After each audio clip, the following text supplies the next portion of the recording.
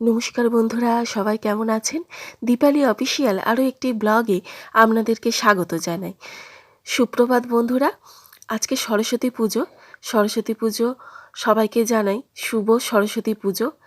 আজকে সকাল সকাল একটু তাড়াহুড়োর কাজ থাকে, যেহেতু সকালেই সরস্বতী পুজো পুষ্পাঞ্জলির ব্যাপার থাকে, তো তাই তাড়াতাড়ি সকালবেলা উঠে এখন আমি হলুদ আর নিম একটুখানি বেটে নেব।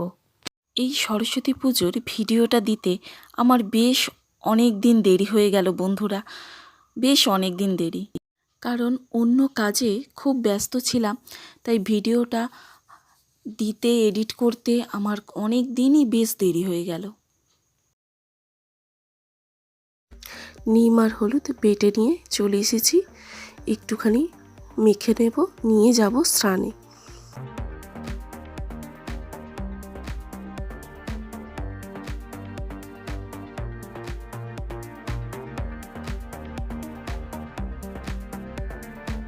স্নান সেরে চলে এসেছি ছাদে। ছাদ থেকে নেব আম পাতা, ঘটে দেওয়ার জন্য আম পাতা নেব, কিন্তু আম পাতাগুলো একেবারে না নষ্ট হয়ে গেছে। এর মধ্যে থেকেই একটা ভালো পাতা নেব ঘটে দেবার জন্য। চলুন, আমার পাতা নেওয়া হয়ে গেছে, এই পাতাটা নিয়ে নেব। চলে এসেছি নিচে, ফলগুলো সব আমার ধুয়ে নেওয়া হয়ে গেছে, ফলগুলোকে পরে কাটবো। চলুন এবারে দূর্বাটা তুলে নিয়ে আসি।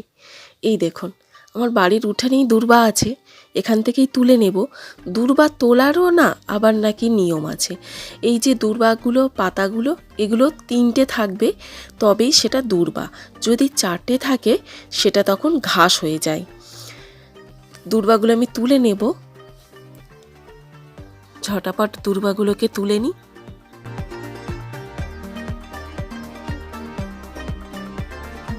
চলুন, দূর্বাগুলো তোলা হয়ে গেছে, এবারে তুলব ফুল।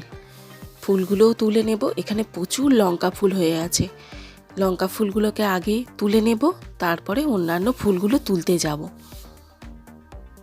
আমরা যখন স্কুলে পড়তাম তখন এই সরস্বতী পুজো এলে কত আনন্দ হতো। প্রায় 1-2 সপ্তাহ আগে থাকতেই এই সরস্বতী পুজো নিয়েই আমরা বন্ধুদের সাথে গল্প করতাম। তুই কি কাপড় পরবি, তোকে কে কাপড় পরিয়ে দেবে, বা তুই কি জুয়েলারি পরবি, সব কিছু কেনাকাটা হয়ে গেছে। এই নিয়ে প্রায় 1-2 সপ্তাহ আগে থাকতে বন্ধুদের সাথে আলোচনা করতাম, বেশ মজার ছিল। আর সরস্বতী পুজোর আগের দিনকে স্কুলে যেতাম, আর স্কুল পরিষ্কারের জন্য বেশ অনেকগুলো ঝাঁটা বালতি জোগাড় করা হতো পরিষ্কারের জন্য। বাড়িতে হয়তো আমরা কেউ ঝাঁট দিতাম না, জল তুলতাম না, কিন্তু এই সরস্বতী পুজোর আগের দিনকে স্কুলে গিয়ে সে এ বলে আমায় একটু দে আমি ঝাঁট দিই, ও বলে আমায় একটু দে আমি ঝাঁট দিই, বলে আমায় একটু কাজ করতে দে, বালতি দে আমি একটু জল নিয়ে আসি। এই নিয়ে বেশ আনন্দে চলতো দিনগুলো।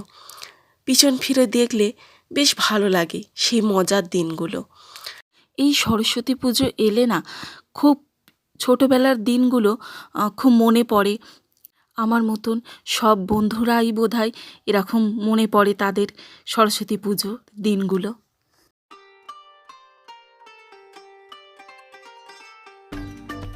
সব ফুল তুলে নিয়ে চলে এসেছি। এখানে আমি রজনীগন্ধা ফুলের মালা কিনে এনেছিলাম বাজার থেকে। এই দেখুন, আজ তো ফুলের দাম বিশাল।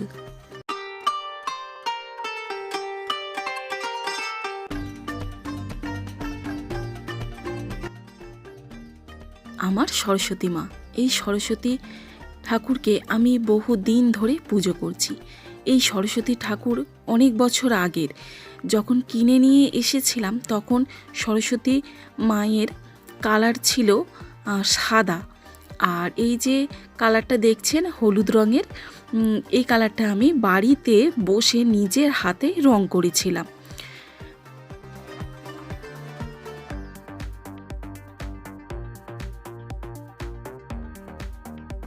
কালো কালার আর এই রকম একটা হলুদ রঙের কালার নিয়ে এসে রং করে দিয়েছিলাম। এটা আমার হাতে রং করা। আমার সরস্বতী ঠাকুরকে কেমন লাগছে তোমরা কিন্তু কমেন্ট করে জানিও। রজনীগন্ধা ফুলের মালা পরে নিয়েছে মা সরস্বতী।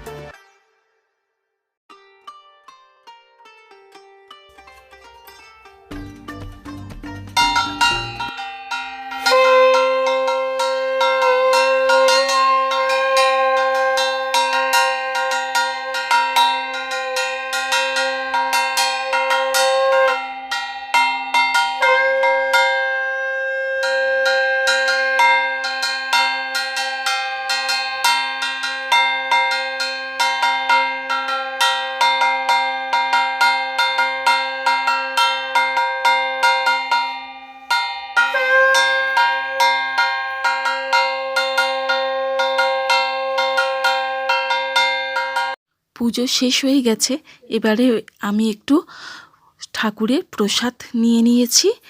আর সরস্বতী পুজো ছিল যেহেতু আমাদের বাড়িতে লুচি হয়েছিল, তো ফুলকো ফুলকো লুচি আর তার সাথে আছে ঘুগনি।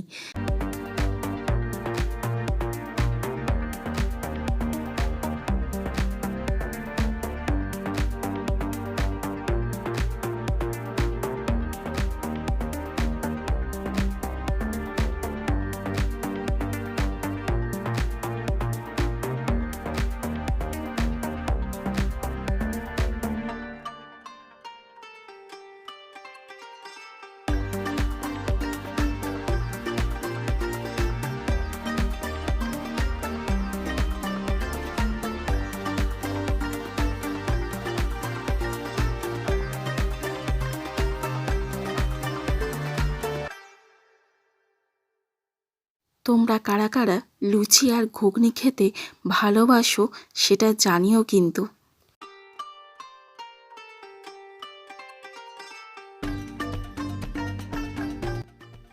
চলো এবারে খেয়ে দেখা যাক লুচি আর ঘুগনিটা কেমন খেতে হয়েছে।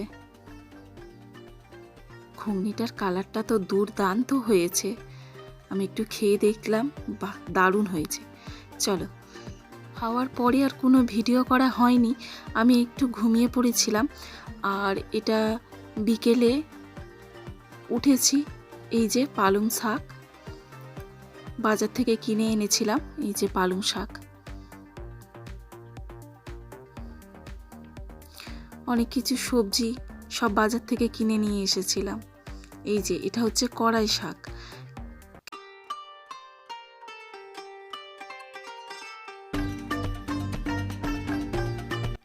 পালং শাকগুলো দেখুন, একেবারে টাটকা পালং শাক পেয়েছি, পাতাগুলো একেবারে তরতাজা। আর এখানে আছে বেগুন, আর আছে টমেটো, এখানে টমেটো আছে, তারপরে আছে শিম, ওলকপি, এই সব যা যা লাগে গোটা চচ্চড়িতে সেই সবগুলো আছে। বাড়িতে লাগানো হয়েছিল পালং শাক, সেইগুলোও তুলে নেব, কারণ আর তো পালং শাক সেরকম একটা ভালো লাগবে না খেতে। আর এই যেহেতু গোটা চচ্চড়িতে পালং শাক লাগে, তাই যা পালং শাক বসিয়েছি সব তুলে নেব, আর কিচ্ছু রাখবো না। আর এমনিতেও না পোকাতে পাতাগুলো খেয়ে নিচ্ছে, আর থাকছে না। অনেকগুলো টবের পাতাতে এই যে দেখেছেন পাতাটা কেমনভাবে খেয়ে নিচ্ছে, আর রাখবো না, একেবারে সব তুলে পরিষ্কার করে দেব।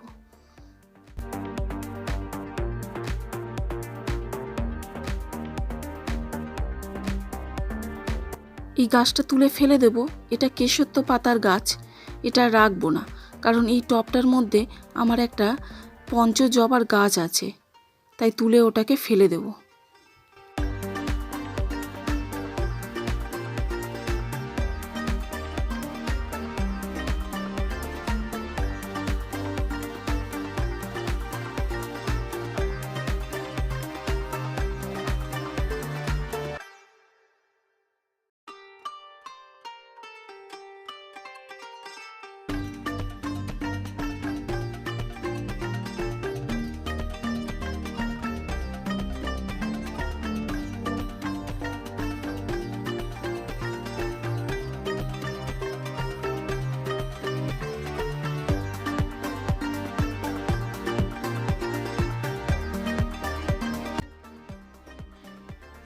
আলোটা একটু কম, তবুও দেখাচ্ছি আপনাদেরকে। বাঁধাকপি কাটা হয়ে গেছে, এখানে আছে কড়াই শাক, আর এই যে এখানে কাটা আছে সব বেগুন, টমেটো, কুল, কড়াইশুঁটি, আরও অনেক কিছু আনাজ। আর এখানে আলু কাটা চলছে, আলুতে জল দিয়ে রাখা আছে। এখন নতুন আলু যেহেতু খুব বালি হয়। আর এখানে আমি শাকগুলোকে ধুয়ে নিচ্ছি, এই যে ধুয়ে ধুয়ে ধুয়ে ধুয়ে রাখছি। এখানে পালং শাক কেটে রাখা আছে, পালং শাকগুলোকেও ভালো করে জল দিয়ে ধুয়ে নিতে হবে। এই যে কাটা হয়ে গেছে। আর এখানে হচ্ছে গুড়ের পায়েস। চিনির পায়েস খেতে আমার অতটা ভালো লাগে না, আমার গুড়ের পায়েস খেতে সবথেকে বেশি ভালো লাগে, তাই এখানে আমি গুড়ের পায়েসটা করে নিচ্ছি। তোমরা কারা কারা গুড়ের পায়েস খেতে ভালোবাসো সেটাও কিন্তু কমেন্ট করে জানিও। চিনির থেকে গুড়ের পায়েসের টেস্ট বেশি হয়। আর এদিকে রান্না চলছে, গোটা চচ্চড়ি রান্না। অনেকে এই রান্নাটাকে গোটা চচ্চড়ি বলে থাকে, আবার অনেকে গোটা সিদ্ধও বলে থাকে, যেখানকার যেরকম বলে সেই রকম। আমাদের এখানে গোটা চচ্চড়ি বলে, তাই আমি গোটা চচ্চড়ি বললাম। এখানে আলু ভাজার জন্য আলুটাকে সিদ্ধ করা হচ্ছে।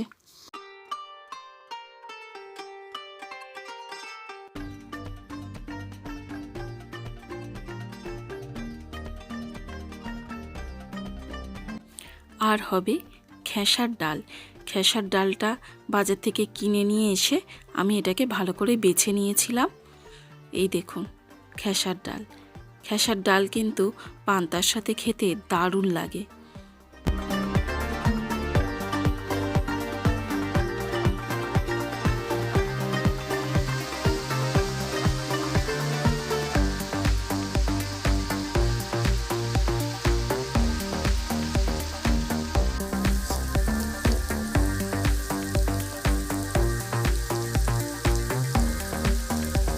এদিকে আলুগুলো সিদ্ধ করে নেওয়া হয়েছিল আগে, আর এখন আলু ভাজা চলছে।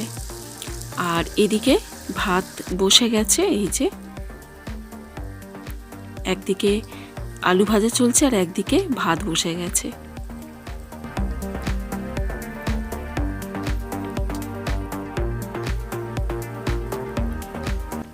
তো চলো, আমাদের গোটা চচ্চড়ি রান্না কমপ্লিট হয়ে গেছে।